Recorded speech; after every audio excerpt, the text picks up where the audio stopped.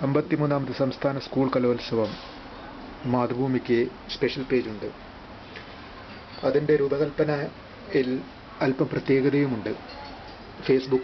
Facebook, യൂട്യൂബിൽ നിന്ന് youth tube, ഐഫെസ്റ്റ്, ട്വീൻസ്, ഓർമ്മക്കുട്ട്.